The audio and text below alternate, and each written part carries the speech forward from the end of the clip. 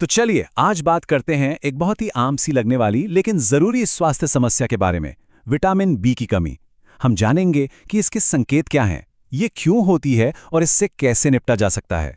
तो इस पूरी चर्चा में हम 5 खास हिस्सों पर गौर करेंगे। पहले समझेंगे कि विटामिन बी क्यों जरूरी है, फिर इसकी कमी के संकेत, इसके कारण, इसे दूर करने के तरीके और आखिर में ये भी जानेंगे कि डॉक्टर की मदद कब लेनी चाहिए। तो सबसे पहले ये समझते हैं कि आखिर ये विटामिन हमारे शरीर के लिए, हमारे रोजमर्रा के काम के लिए इतने जरूरी क्यों हैं। अच्छा, कभी ऐसा महसूस हुआ है कि लगातार थकान रहती है, मुंह में बार बार छाले हो जाते हैं या हाथ पैरों में अजीब सी झुंझुनी होती है? अक्सर हम इन चीज़ों को नज़रअंदाज कर देते हैं, पर हो सकता है कि ये शरीर में किसी खास पोषक तत्व की कमी का इशारा हो। असल में ये कोई एक विटामिन नहीं है। बी कॉम्प्लेक्स, जैसा नाम से ही पता चलता है, ये 8 अलग-अलग विटामिन की पूरी एक टीम है। और सोचिए, अगर इस टीम का एक भी खिलाड़ी कमजोर पड़ जाए तो क्या होगा? रेड ब्लड सेल्स बनाने से लेकर नसों को सेहतमंद रखने तक सब पर असर पड़ता है। तो सवाल ये है कि हमारा शरीर हमें कैसे बताता है कि उसमें विटामिन बी की कमी हो रही है। चलिए इसके कुछ खास इशारों को समझते हैं। देखिए, इसके 5 बड़े संकेत हो सकते हैं। पहला, हाथ पैर में झुनझुनी होना, जैसे चींटियां चल रही हों। यह अक्सर विटामिन B12 की कमी का सीधा संकेत है। फिर है बेवजह की कमजोरी और शरीर का पीला पड़ जाना। ये एनीमिया का लक्षण हो सकता है और ये अक्सर विटामिन B9 यानी फोलेट की कमी से जुड़ा होता है। और हाँ, बार बार मुंह के छाले होना, दिमागी सुस्ती या जिसे ब्रेन फॉग कहते हैं, ये सब भी इसी कमी के अलग अलग चेहरे हो सकते हैं।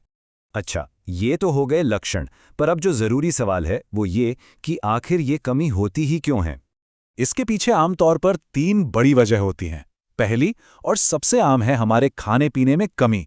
खासकर जो लोग पूरी तरह शाकाहारी हैं, उनमें यह खतरा ज्यादा होता है, क्योंकि विटामिन B12 ज्यादातर एनिमल प्रोडक्ट्स में ही मिलता है। दूसरी वजह है शरीर का विटामिन को ठीक से एब्जॉर्ब ना कर पाना। ये पेट में किसी इन्फेक्शन या फिर बहुत ज्यादा एसिडिटी की दवाएं लेने से भी हो सकता है। और तीसरा कारण है शराब का बहुत ज्यादा सेवन। अब सबसे अच्छी बात यह है कि ज्यादातर मामलों में इसका हल कहीं बाहर नहीं, बल्कि हमारी अपनी रसोई में ही छिपा होता है।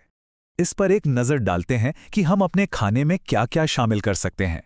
देखिए, डेयरी प्रोडक्ट्स जैसे दूध, दही, पनीर, ये विटामिन बी के बहुत अच्छे सोर्स हैं।